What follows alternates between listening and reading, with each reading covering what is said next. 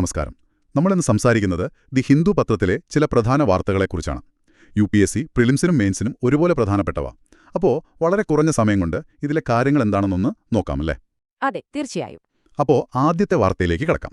GST കൗൺസിലിന്റെ ഒരു പ്രധാന തീരുമാനം. അതായത് മേജർ റേറ്റ് റാഷണലൈസേഷൻ. നിലവിലുള്ള പല സ്ലാബുകൾക്ക് പകരം ഇപ്പോൾ പ്രധാനമായിട്ടും 5%-വും 18%-വും ഈ രണ്ട് നിരക്കുകളിലേക്ക് മാറ്റുന്നു. ഇത് പരീക്ഷയ്ക്ക് വളരെ പ്രധാനപ്പെട്ടതാണ് കേട്ടോ. പ്രിലിംസിൽ നോക്കുവാണെങ്കിൽ GST, കൗൺസിൽ, സ്ലാബുകളൊക്കെ വരും. പിന്നെ മെയിൻസിൽ GS2-ലെ ഫെഡറലിസം, GS3-ലെ നമ്മുടെ സമ്പദ് വ്യവസ്ഥ, നികുതി ഘടന, ഇതിലൊക്കെ ചോദ്യങ്ങൾ പ്രതീക്ഷിക്കാം. ശരിയാണ്. ഇത് കാര്യങ്ങൾ കുറച്ചുകൂടി എളുപ്പമാക്കാനാണോ? അതെ, നികുതി പിരിവ് എളുപ്പമാക്കാനും പിന്നെ സാധാരണക്കാർക്ക് ചിലപ്പോൾ ചില സാധനങ്ങളുടെ വില കുറയാനും സാധ്യതയുണ്ട്. ഓക്കെ. ആഡംബര വസ്തുക്കൾക്ക് 40% പ്രത്യേക നിരക്ക് വരുന്നുണ്ട്. പക്ഷേ സാധാരണ ഉപയോഗിക്കുന്ന സോപ്പ്, ടൂത്ത്പേസ്റ്റ് പോലുള്ളവ 5%-ലേക്ക് വരും. സിമന്റ് 18%-ലേക്ക് താഴും. പിന്നെ ഈ ഇൻവേർട്ടഡ് ഡ്യൂട്ടി പ്രശ്നം അതും പരിഹരിക്കാൻ നോക്കുന്നുണ്ടല്ലേ? അതെ, അതും ഒരു പ്രധാന ലക്ഷ്യമാണ്. ഇനി അടുത്തൊരു സാമ്പത്തിക വാർത്ത. താരിഫ് അനിശ്ചിതത്വം. ഇന്ത്യയിലെ വിദേശ നിക്ഷേപത്തെ ഇതെങ്ങനെ ബാധിക്കുന്നു? അതാണ് വിഷയം. ഇന്ത്യയും അമേരിക്കയും തമ്മിലുള്ള ഈ താരിഫ് പ്രശ്നങ്ങൾ കാരണം. CMI ഡേറ്റ പറയുന്നത്.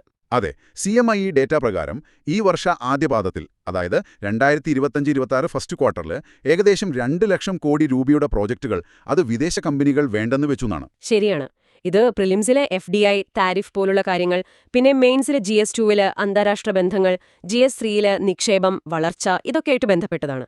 നയങ്ങളിലെ ഒരു സ്ഥിരതയില്ലായ്മ അല്ലെങ്കിൽ ഈ അനിശ്ചിതത്വം എത്രത്തോളം നിക്ഷേപത്തെ ബാധിക്കും എന്നുള്ളതിനൊരു ഉദാഹരണമാണ് ശരിക്കും ഇത്.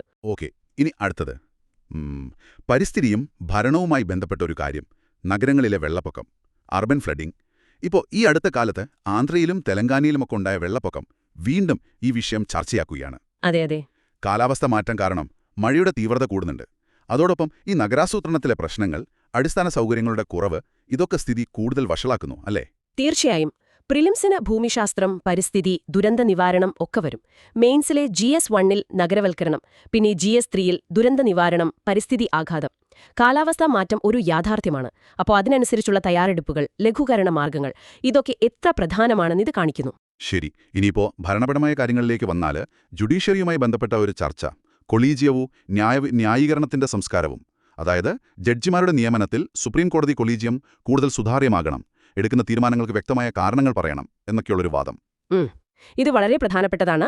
UPSCക്ക് പ്രിലിംസിൽ പൊളിറ്റിയിൽ ജുഡീഷ്യറി, കൊളീജിയം സിസ്റ്റം ഒക്കെ ചോദിക്കാം. മെയിൻസിൽ GS2-ല് ജുഡീഷ്യറിയുടെ പ്രവർത്തനം, സുതാര്യത, ഉത്തരവാദിത്വം എന്നിവ വരും. പിന്നെ GS4 എത്തിക്സിലും ഇതിന് പ്രസക്തിയുണ്ട്, ഭരണത്തിലെ മൂല്യങ്ങൾ എന്ന നിലയിൽ. സ്ഥാപനങ്ങളുടെ വിശ്വാസ്യതയ്ക്ക് സുതാര്യത അത്യാവശ്യമാണല്ലോ. അതെ, തീർച്ചയായും. അടുത്തത് ഇന്ത്യയുടെ സമുദ്ര നിയമങ്ങൾ. അതിലൊരു നവീകരണം വരുന്നു. മോഡേണൈസിംഗ് ഇന്ത്യാസ് മാരിടൈം ലോസ്. പുതിയ Indian ports bill, merchant shipping act ഒക്കെ വരുന്നു. ഇത് തുറമുഖ വികസനത്തിനൊക്കെ നല്ലതാണെങ്കിലും ഇതിൽ കേന്ദ്രത്തിന് കൂടുതൽ അധികാരം കിട്ടുന്നു, അത് ഫെഡറൽ തത്വങ്ങൾക്കെതിരാണ് എന്നൊരു വിമർശനവുമുണ്ട്. ശരിയാണ്. ആ ഒരു ബാലൻസ് പ്രധാനമാണ്. പ്രിലിംസിൽ തുറമുഖങ്ങൾ, ഫെഡറലിസം ഒക്കെ നോക്കണം. മെയിൻസിൽ GS2-ൽ ഫെഡറലിസം, കേന്ദ്ര സംസ്ഥാന ബന്ധങ്ങൾ, പിന്നെ GS3-ൽ അടിസ്ഥാന സൗകര്യ വികസനവും അധികാര വികേന്ദ്രീകരണവും എങ്ങനെ ഒരുമിച്ച് കൊണ്ടുപോകാം എന്നുള്ളൊരു ചോദ്യം ഇവിടെയുണ്ട്. ഇനി സാമൂഹ്യക്ഷേമ പദ്ധതികളെക്കുറിച്ച് പറയുമ്പോൾ പശ്ചിമബംഗാളിലെ തൊഴിലുറപ്പ് പദ്ധതിയുടെ കാര്യം, MGNREGA. അവിടെ 3 വർഷത്തോളം നിർത്തിവച്ചിരുന്ന പദ്ധതി ഹൈക്കോടതി ഇടപെട്ട് പുനരാരംഭിക്കാൻ ഉത്തരവിട്ടു. പക്ഷേ ഈ പുതിയ സാങ്കേതിക വിദ്യകളില്ലേ, ഈ ABPS, അതായത് ആധാർ ബേസ്ഡ് പേയ്മെന്റ് സിസ്റ്റം, പിന്നെ NMMS, മൊബൈൽ മോണിറ്ററിംഗ്, ഇതൊക്കെ നടപ്പാക്കുന്നതിൽ ചില പ്രായോഗിക ബുദ്ധിമുട്ടുകളുണ്ടെന്ന് വാർത്ത പറയുന്നു. അതെ, അതെപ്പോഴും ഒരു വെല്ലുവിളിയാണ്. പരീക്ഷയ്ക്ക് പ്രിലിംസിലെ MGNREGA പോലുള്ള പദ്ധതികൾ, ഗവേണൻസിലെ ടെക്നോളജി ഉപയോഗം എന്നിവ പ്രധാനം. മെയിൻസിൽ GS2-ല് ക്ഷേമ പദ്ധതികൾ, ഭരണം, പിന്നെ GS3-ല് തൊഴിൽ, ഗ്രാമീണ സമ്പദ് വ്യവസ്ഥ എന്നിവയുമായി ബന്ധിപ്പിക്കാം. ടെക്നോളജി നല്ല ഉദ്ദേശത്തോടെ കൊണ്ടുവന്നാലും താഴെത്തട്ടിൽ അത് നടപ്പാക്കുമ്പോൾ ഉണ്ടാകുന്ന പ്രശ്നങ്ങൾ അത് പരിഹരിക്കേണ്ടതുണ്ട്. ഓക്കെ, ഇനി സാമൂഹിക വിഷയങ്ങളിലെ ഒരു പ്രധാന ചർച്ച, സംവരണ സംവാദം വീണ്ടും ചൂടുപിടിക്കുന്നു. അതായത് ഈ 50% പരിധി കടക്കാമോ, SC/ST വിഭാഗങ്ങളിൽ ക്രീമി ലെയർ വേണോ തുടങ്ങിയ കാര്യങ്ങൾ. അതെ, ഇതെപ്പോഴും ചർച്ചയിലുള്ള വിഷയമാണല്ലോ. പ്രിലിംസില് സംവരണം, പ്രധാനപ്പെട്ട കേസുകൾ, ഇപ്പോൾ ഇന്ദ്രാ സാഹ്നി കേസ് പോലെ, അതൊക്കെ നോക്കണം. മെയിൻസില് GS1 സമൂഹത്തിലും, GS2 സാമൂഹ്യനീതി, ഭരണഘടന, ഇതിലുമൊക്കെ വരും. പിന്നെ ഈ OBC ഉപവിഭാഗീകരണത്തെക്കുറിച്ച് പഠിച്ച രോഹിണി കമ്മീഷൻ, ജാതി സെൻസസിന്റെ ആവശ്യം, ഇതൊക്കെ ഇതിന്റെ ഭാഗമായി വരുന്ന ചർച്ചകളാണ്. ഈ UAPA നിയമത്തിലെ ചില വകുപ്പുകൾ, പ്രത്യേകിച്ച് സെക്ഷൻ 43D5, കാരണം ജാമ്യം കിട്ടാൻ വളരെ പ്രയാസമാണ്. വിചാരണ ഒരുപാട് വൈകുകയും ചെയ്യുമ്പോൾ ഈ നടപടിക്രമം തന്നെ ഒരു ശിക്ഷയായി മാറുന്നു എന്നൊരു വിമർശനം. Process itself becomes the punishment. ഇത് വളരെ ഗൗരവമുള്ള കാര്യമാണ്. പ്രിലിംസില് മൗലികാവകാശങ്ങൾ, UAPA പോലുള്ള നിയമങ്ങൾ. മെയിൻസില് GS2 polity, fundamental rights, judiciary, പിന്നെ GS3 ആഭ്യന്തര സുരക്ഷ. ഇവിടെ വ്യക്തിസ്വാതന്ത്ര്യവും രാജ്യസുരക്ഷയും തമ്മിലുള്ള ഒരു സന്തുലിതാവസ്ഥ അതെപ്പോഴും ഒരു പ്രധാന ചോദ്യമാണ്. ഇനി അന്താരാഷ്ട്ര ബന്ധങ്ങളിലേക്ക് വന്നാൽ ഇന്ത്യയും ജർമ്മനിയും തമ്മിലൊരു ചർച്ച നടന്നു. വ്യാപാരം കൂട്ടാനും ഇന്ത്യ EU FTA വേഗത്തിലാക്കാനും തീരുമാനിച്ചു. ചൈനയുടെ കാര്യത്തിൽ ഏതാണ്ട് യോജിപ്പുണ്ട്, പക്ഷേ റഷ്യയുടെ വിഷയത്തിൽ അല്പം ഭിന്നതയുണ്ടെന്ന് കാണുന്നു. അതെ, പ്രിലിംസിന് ഉഭയകക്ഷി ബന്ധങ്ങൾ, അന്താരാഷ്ട്ര കൂട്ടായ്മകൾ, FTA ഒക്കെ പ്രധാനം. മെയിൻസിന് GS2 IR, ഇന്ത്യ UA ബന്ധം, വിദേശനയം എന്നിവ ശ്രദ്ധിക്കണം. ഇന്ത്യയുടെ സ്ട്രാറ്റജിക് ഓട്ടോണമി, പിന്നെ ഈ മൾട്ടിപോളർ വേൾഡ് എന്നൊക്കെയുള്ള നിലപാടുകൾ ഈ ചർച്ചയിലും കാണാം. ഓക്കെ, അടുത്തത് ശ്രീലങ്കൻ അഭയാർത്ഥികൾക്കും മറ്റ് ചില കുടിയേറ്റക്കാർക്കും ഒരു പുതിയ ഇളവ് കേന്ദ്ര സർക്കാർ കൊടുക്കുന്നു. അതായത് ഒരു നിശ്ചിത തീയതിക്ക് മുന്നേ ഇന്ത്യയിലെത്തി രജിസ്റ്റർ ചെയ്ത ചില വിഭാഗക്കാർക്ക് അവരുടെ കയ്യിൽ രേഖകൾ ഇല്ലെങ്കിൽ പോലും നിയമ നടപടികളിൽ നിന്ന് ഒരു ഒഴിവാക്കൽ. ശ്രദ്ധിക്കേണ്ട കാര്യം, ഇത് CAAയുടെ കട്ട് ഓഫ് തീയതി മാറ്റുന്നില്ല, പക്ഷേ നാടുകടത്തൽ പോലുള്ള നടപടികളിൽ നിന്ന് ഒരു സംരക്ഷണം നൽകുന്നു.